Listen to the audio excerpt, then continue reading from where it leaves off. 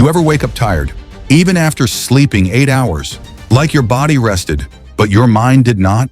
You are not broken. You are just running a system that is draining you, not fueling you.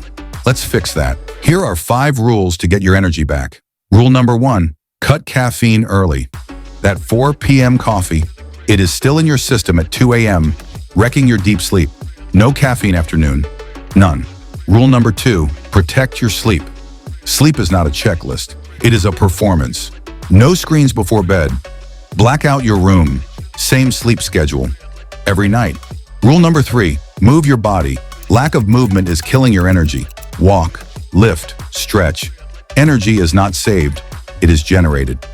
Rule number 4, respect your diet. Your body is not a trash can. Cut the sugar. Hydrate. Eat like someone with a future.